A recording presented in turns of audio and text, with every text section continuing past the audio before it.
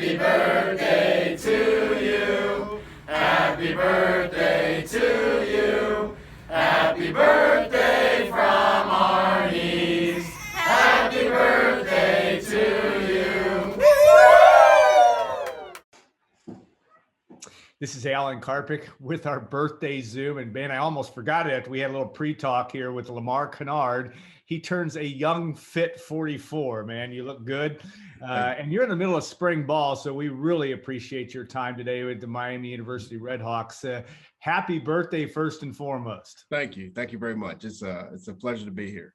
Yeah, I know that we have a lot of fun doing this. It's great to connect with people like yourself. And I always ask the first question on the Arni's birthday Zoom is what birthday traditions? I know you came to Purdue from Elkhart. I assume that I'm making an assumption you grew up there as a yes. Well, but tell me about any great birthday traditions or things you did with your family on your birthday, or favorite meals, or things you may do today given time in the middle of spring ball. My birthday is on Earth Day. Yeah, that's right. So when I was in elementary school, I was picked out because it was my birthday to plant a tree. And so now, me being a father with my kids, we usually try to plant something to kind of, have something to do together and watch it grow over the course of, the spring and the summer. So that's what's become the tradition for me. Celebrate Earth Day, celebrate my birthday as well.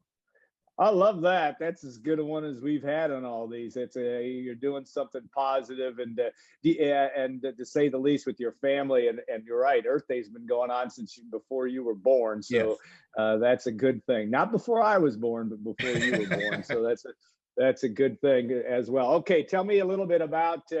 You're obviously coaching running backs at the Miami University RedHawks, and you got programs been turning around. You've made some real strides here in the last couple of years. You were on Brock Spack's staff at Illinois State before that.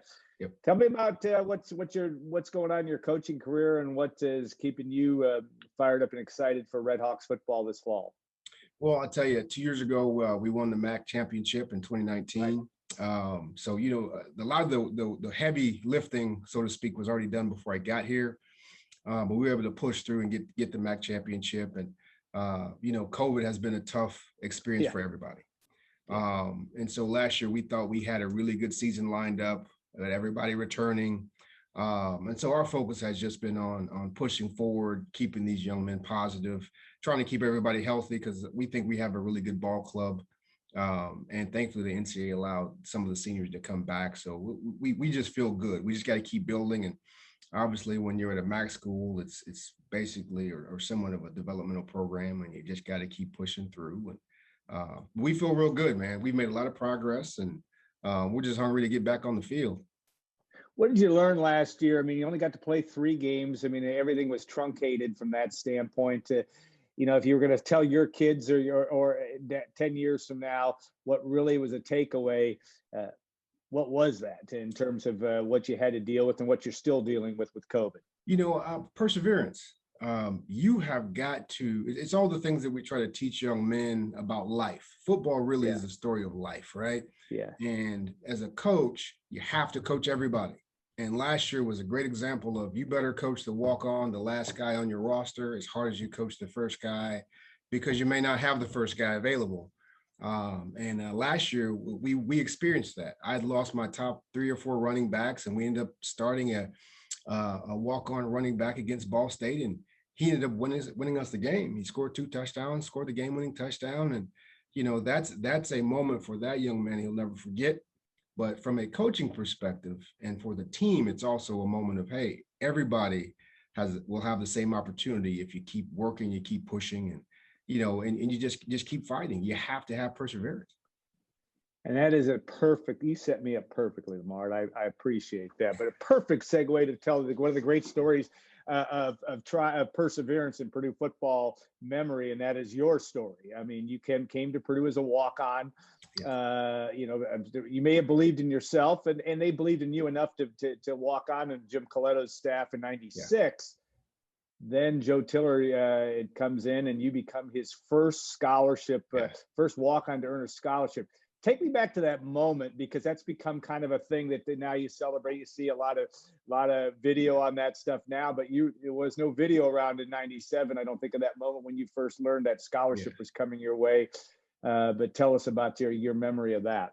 You know, it was tough because as a freshman, me and another teammate of mine, Ray Lee, we had put ourselves in position to earn a scholarship from Jim Coletto. Then obviously he moved on in his career, got fired. And so when Coach Tiller came in, you know, he came in with a heavy hand, but he made a statement that stuck with me. Everyone, if you make it to fall camp next season, the best players are going to play. Yeah, the best players are going to play.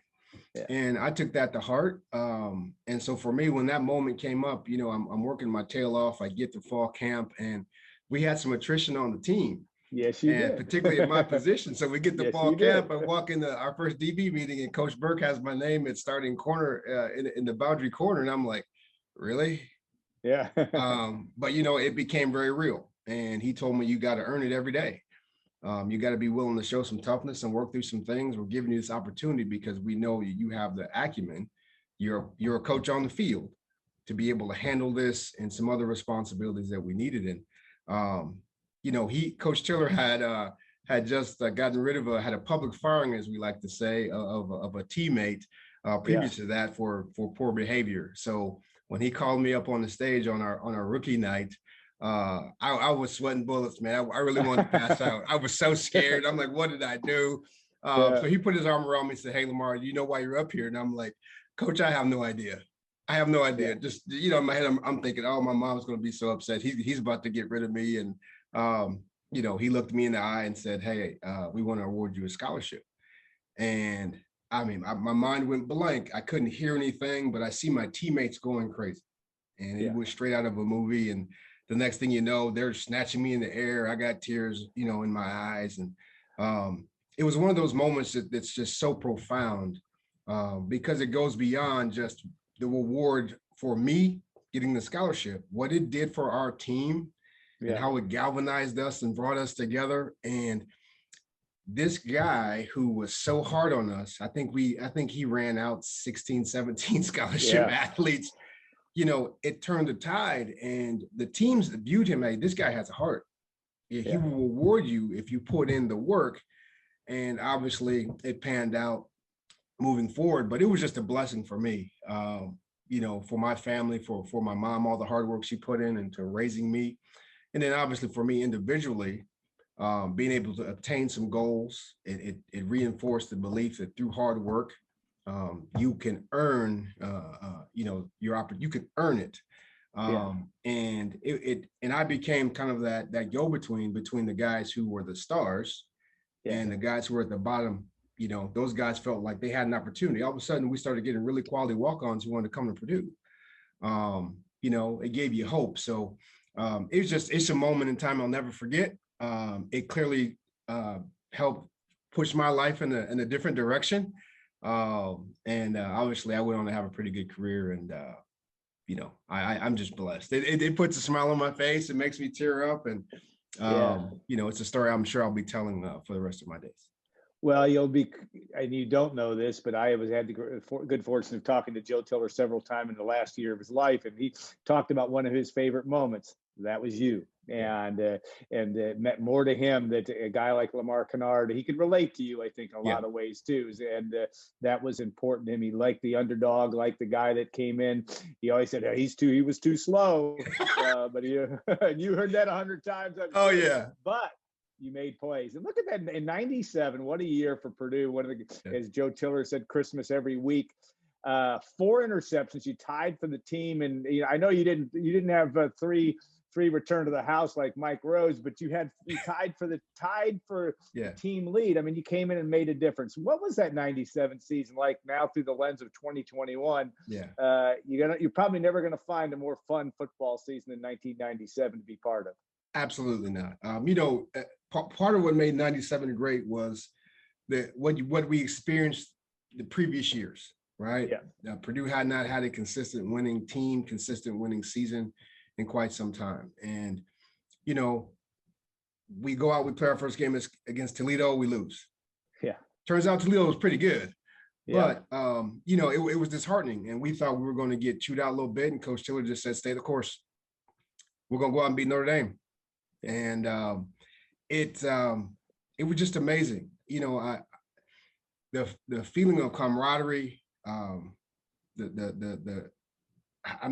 can't explain it. I haven't seen a lot of my teammates in years, but when we see each other, it's like we're 18, 19, 20-year-olds again. It was just a joy. The energy in the community, the fans, the alumni. It was such a wonderful journey that it felt like we're all on it together.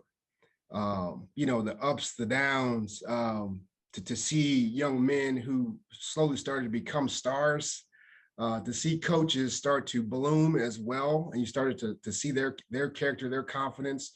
And then rest in peace. But for Morgan Burke, it was, he was proven correct. Joe Tiller's a heck of a coach, and we had to have a niche in order for us to be successful. And it was a bit of a, in the moment, it was a bit of a, you're in your own little box, your own little space. But to think back on it now, particularly as a coach, I'm now in the profession on the other side, to think of what he did in bringing together the community, the Purdue fan base, the academic side, the athletic side, to rejuvenate all of those things. It was such a wonderful time. And you had to be there to really understand the moment, because Purdue football was so down. Yeah. And then you go out and you have this wonderful season and you're like, hey, can you do it again? And then we did it again. So it was just amazing. Yeah, and some interesting characters. I know that. Oh, no question. You mentioned Mike Rose. Lifelong friends, and we won't go into that. But you could go down a whole laundry list of guys that were great personalities and competitive guys, and that also is what it took. And you had fun off the field as well, which is a good thing. Tell me, one thing that's interesting about your resume, which I think is interesting, very interesting, is you obviously graduated Purdue, did not get right into coaching.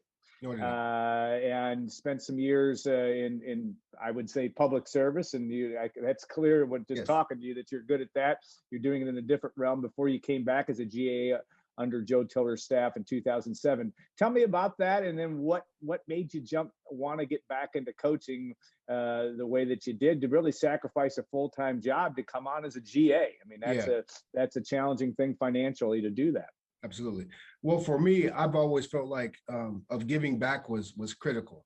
There's a lot of people in my life who had great impact on me and gave me great advice, mentorship, and pushed me forward. And I've always wanted to give back and be of service to other people. My grandfather was a pastor, so I spent a lot of time in church doing fellowship and helping other people. So I knew that's the route I wanted to go. I just didn't know what specifically. So after graduation, staying in the community, I'm from Indiana, but I just love Lafayette, West Lafayette community. So I thought I'd stay there and give back to some of the kids that I knew or worked with and volunteered with while I was in school. And, I moved forward with my life. I got into the business side of things, and I just missed ball. And Coach Tiller, Coach Spack knew that I've always wanted to be a coach or get back into it in some capacity. And I got the call. It was actually Chris Clopton who called me. Yeah, I'm a former teammate, and he said, "Hey, man, they're creating 2 new positions, quality control positions, and you were the first name on the list." And it was a pretty big sacrifice, especially financially. But anything that you want, once again, you've got to be willing to make sacrifices, and you got to push and you got to challenge yourself. And fortunately for me, I had the support system not only at home, but obviously at Purdue, because my coaches were still there.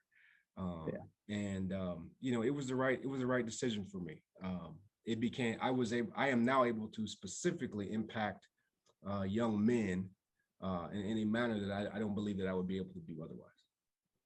And obviously mentors are important. And Chris, I actually spoke with him this morning about a person that's near and dear to your heart that passed away a week ago today. And of course, one jersey number away from you. You were number 22. He was number 23. Leroy Keyes, one of the, a guy that's really hard to put into, one of the great players in the history of college football, but really made a difference to a lot of kids at Purdue just in his time from 1995 when he came back on Jim Coletto's staff to his passing. Tell me about your relationship with him and what he meant to you.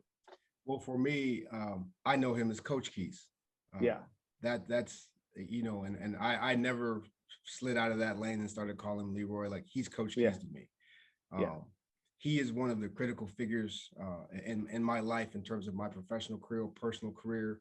He set an example that just, you know, he's one of the special people who walk this earth.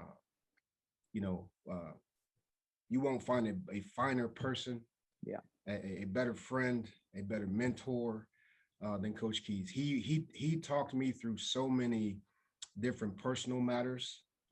He was willing to take the time to sit down with the 18, 19-year-old kid and talk him through, Coach, I don't know if I can do this anymore. Yes, you can. Believe in yourself. I remember, to go back to the story of me getting the scholarship, he showed up at practice the next day, and he hugged me and he told me he loved me. I told you, son, you're good enough. You can do this, you know. But he did that. He didn't do it just for me. He did it for everyone. You know, if you were willing to say hello to him, he's going to make time for you. He just knew the right things to say, when to say them, how to say them. But you know, when he put that big hand on your shoulder, you know, you felt loved. You felt like you were, you know, like you were talking to your uncle, your dad. You know, he just knew there was a way. He had a way of uplifting you, and he believed in me. And to me, that's a critical factor. We all need people in our lives beyond our nuclear family who believe in us. Yeah. And when I came back in 2007 as a GA, it went back to a story or conversation we had back when I walked on, because I told him everything that I wanted to do. And he said, I told you, you know, if you put forth the effort, God will provide. And next thing you know, now I'm coaching. You know, let alone I earned a scholarship for Purdue. I had a good football career. Now I'm coaching, you know, and one of our last conversations, I told him, I'm just trying to be like you. I'd always say that to him, and he would be laughing. No, you won't be like me. Stop that. You know, but I meant it sincerely. You know, if I can be the father he was, if I can be the husband he was, if I can be the ambassador for my sport, football, for my school, Purdue, then I'm doing things right. If I can make Leroy smile down from heaven, then I know I'm doing things right. And you know, I wish I would have been able to spend more time with him, but obviously we all go on and live in our lives. But the impact he had on me is just invaluable, and on my teammates. You know, so I'm on behalf of all my teammates. You know, I just want his family to know that we love him. You know, he's a part of us, and he's left an impression on us and those teams that will last forever. All right. You know what? I know one thing at age 44, he'd be celebrating your birthday today too, as well. And he is in another place. And I will pass this along to his family. I think that they are hearing a lot of these messages, but they're important, each one about somebody that's making that impact as well. So Lamar, I'll let you get back to your day job, which is pretty all consuming these days. We wish you well. We wish the RedHawks well, and all those good running backs you're producing there. It's a crazy time to be a college football coach with the transfer portal and everything else you have to deal with. That's a fact. Not to mention COVID, but with your attitude, I'm guessing we're going to see a lot more big things from you coming down the road. So have a great rest of your birthday. Thanks so much for your time and joining us for the Arni's birthday Zoom. Privileged to have you on. Awesome. Boiler up.